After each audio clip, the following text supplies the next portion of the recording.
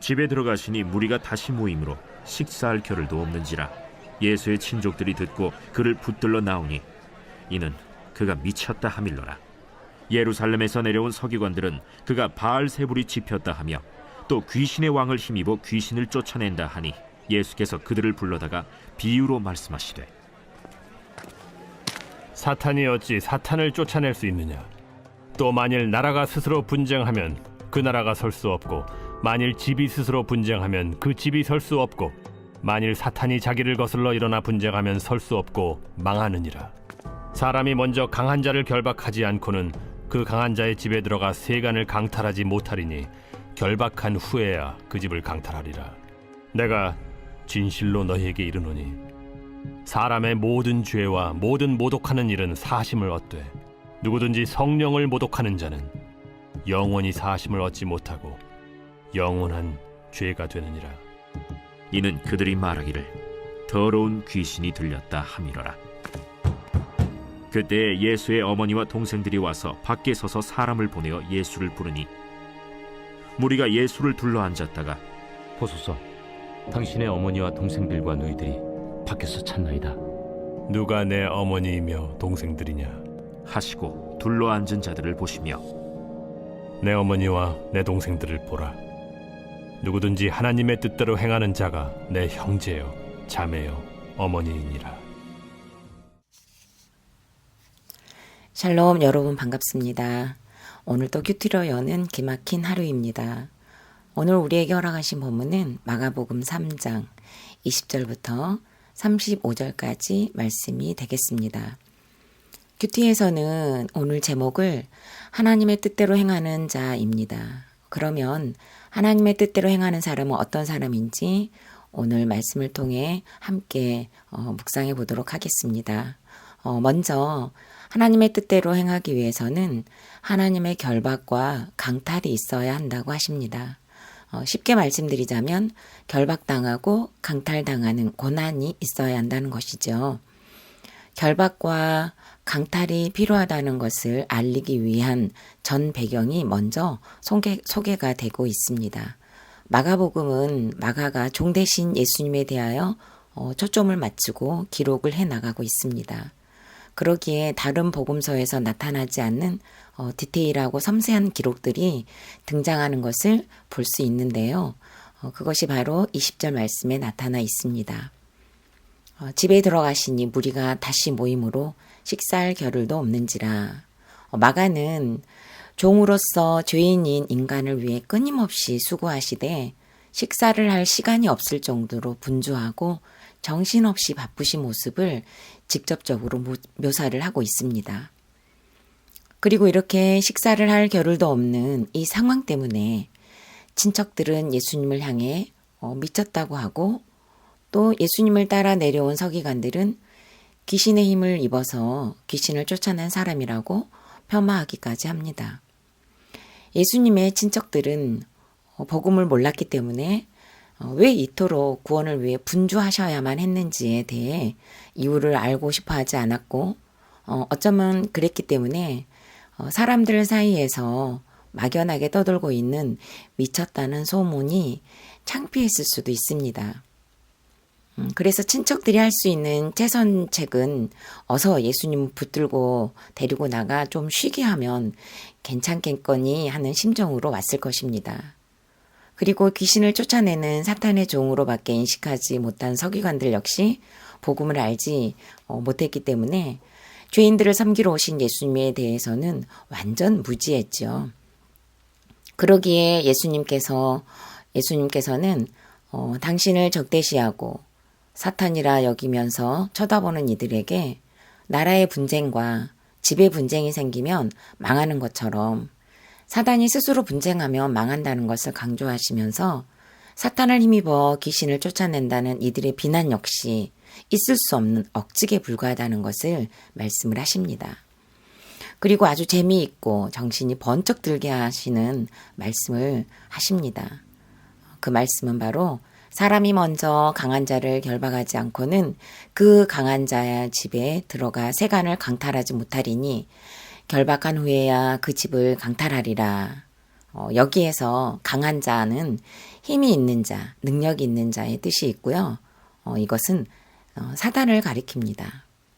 예수님께서 사단을 강한 자로 표현한 것은 사단이 사망, 죄, 귀신 들리는 일, 질병 등을 통하여 사람들을 노예화할 뿐만 아니라 또 노예할 정도로 막강한 힘을 소유하고 있다는 것을 알기 때문일 것입니다. 여기서 강한 자의 집과 세간은 사단과 그의 부하들이 노예화하고 있는 사람들을 가리킨다고 할 수 있습니다. 왜냐하면 그들은 사람들을 집으로 삼아 그 속에 들어가 거주할 뿐만 아니라 사람들을 도구로 삼기 때문입니다. 그러기에 여기에서 살아나려면 더 강한 자가 있어야 합니다. 그 강한 자가 누구일까요? 그것은 예수님입니다. 예수님께서는 더 강한 자로 오셔서 사단의 세력을 결박하고 그의 재산을 강탈함으로 택자를 구원해 내신다는 것을 암시하고 계시는 것입니다. 저 역시 식사를 할 겨를도 없는 세월을 보냈습니다. 그 누구보다 열심히 였기에 먹는 시간을 줄여가면서 공부하고 일하는 20대와 30대를 보냈습니다. 일명 빈둥거리거나 게으른 친구들을 보면 옳고 그름이 기준이 되어 겉으로는 표현하지 않았지만 속으로 무시하며 좋은 평가를 하지 않았었습니다. 그러나 결혼하여 만난 남편은 그야말로 저와는 너무도 다른 유형의 사람이다 보니 저의 일상이 결박당하고 강탈당하는 시간을 맛보았습니다. 아주 소소한 건데요. 약속 시간이 있어서 같이 나가려고 하면 미리 도착해 있어야 직성이 풀린 저와는 다르게 꼭 늦게 도착하는 것이 되어 참 어마어마하게 다투었는데 너 때문에 내가 약속도 못 지키는 사람이라는 오명을 뒤집어 쓴 것 같아 더 억울했었던 것 같습니다. 뿐만 아니라 남편이 있으나 경제적으로 도움을 전혀 주지 않으니 가짜 과부 신세이지 않았나 생각합니다. 차라리 진짜 과부이면 어떤 혜택이라도 받을 수 있는데 과부는 아니지만 과부처럼 살아야 하니 남편의 존재 자체가 저에게는 강탈이었고 결박이었습니다. 지금도 여전한 환경이지만 그래서 저는 신랑 되신 예수님을 더 사모하게 되었습니다. 남편이 남편스럽게 직장도 다니고 통장에 월급도 척척 들어오고 아이고 말만 해도 입꼬리가 올라가네요. 이랬다면 저는 결코 신랑 되신 예수님을 사모하지 못했을 것입니다. 하나님께서 남편을 통해 경제도 건강도 모두 결박하시고 강탈해 가셔서 세간이 모두 털려서 이 땅의 소망이 결코 없는 환경이 되고 보니 날마다 큐티를 하게 되고 그러다 보니 겨우겨우 하나님의 뜻을 행하는 걸음을 그나마 걷고 있다고 믿습니다. 회개를 이루기 전에는 온수 같았던 남편이 이제는 존재 자체로 감사가 되게 하시는 것, 이것이야말로 하나님의 은혜입니다. 질문해 보겠습니다. 여러분은 큐티할 겨를도 없이 바쁜 이유는 무엇입니까?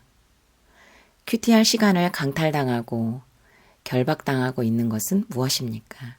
그리고 결박받고 강탈당하고 싶지 않은 것은 또 무엇입니까? 건강이 털리고 미래가 털리고 자녀가 털리고 배우자가 털려도 거기에 구원이 기다리고 있다면 아멘 하실 수 있으십니까? 오늘 그 선택을 하나님 앞에서 할 수 있는 하나님의 결박자요. 기꺼이 강탈을 당하는 자가 되시기를 바랍니다. 두 번째로 사하심은 성령의 임재요. 하나님의 뜻대로 행할 수 있는 힘입니다. 예수님께서는 지금 하고 계시는 모든 일들이 성령에 의한 성령으로부터 함께하는 사역을 하고 계십니다. 서기관들은 귀신의 왕을 힘입어 귀신을 쫓아낸다고 했지만 이것은 분명히 성령 하나님과 함께하는 치유 사역이었습니다. 예수님께서는 성령의 능력에 의한 이적을 사단의 힘을 이용한 사술로 비난하는 서기관들을 향해서 엄중하게 경고를 하십니다. 성령을 못 얻은 것은 영원히 사함을 얻지 못한다고 무섭게 말씀을 하십니다. 그것은 구체적으로 구원을 방해하고, 구원을 회방하고, 구원을 비난하고, 구원을 조롱하고, 구원을 욕설하는 것을 말합니다. 구원을 하찮게 여기는 것을 말합니다. 이 말을 들은 서기관들은 오히려 예수님께 더러운 귀신이 들렸다고 더 강경하게 나오면서 영원히 사함받지 못하는 멸망의 문턱을 뛰어넘고 있는 것을 봅니다. 죄인들에게 죄에 대해 말을 하니 이렇게 팔딱거리는 것을 보면 정말 영원한 죄인인 것이 맞습니다. 이 자리에서 꼬꾸라져 저는 죄인입니다. 누가 저를 구원할 수 있겠습니까? 라며 울부짖어야 할 상황이지만 구원을 방해하는 이들의 횡포는 오히려 더 거세고 포악해지는 모습을 봅니다. 성경에 있는 모든 말씀은 나의 모든 죄와 모든 모독하는 일을 사하심을 얻도록 하는 살아있는 생명책입니다.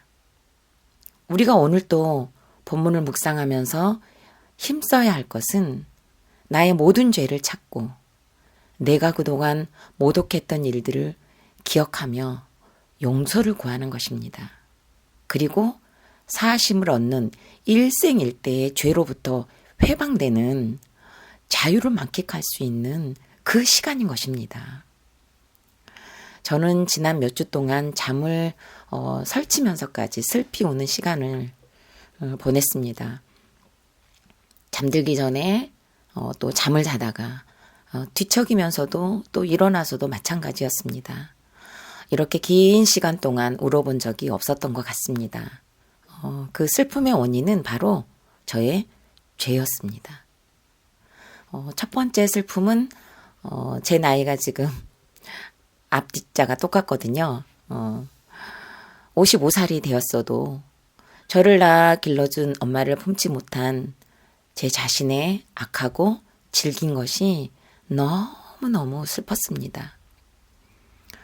자녀의 상처에는 1도 관심 없고 고집만 부리시는 엄마의 모습과 지금 저의 모습이 너무도 똑같다는 생각이 들었습니다.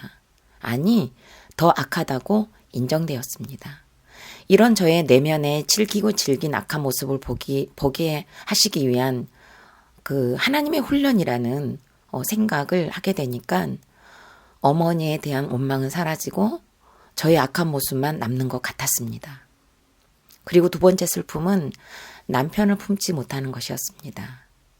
장례식장을 예약할 뻔한 사건에서 살려주신 것에 대한 감사가 식어지고 옛 모습을 더 강하게 드러내며 소파에 누워만 있고 살려주신 것에 대한 반응이 전혀 없는 남편을 돕지 못하고 또 그 남편을 애통해하지 못하고 다시 무시하고 비난하는 마음이 살아나기 시작한 것이었습니다. 저는 이런 저의 악함이 너무도 슬펐습니다. 잠결에 이런 저를 용서해달라고 울고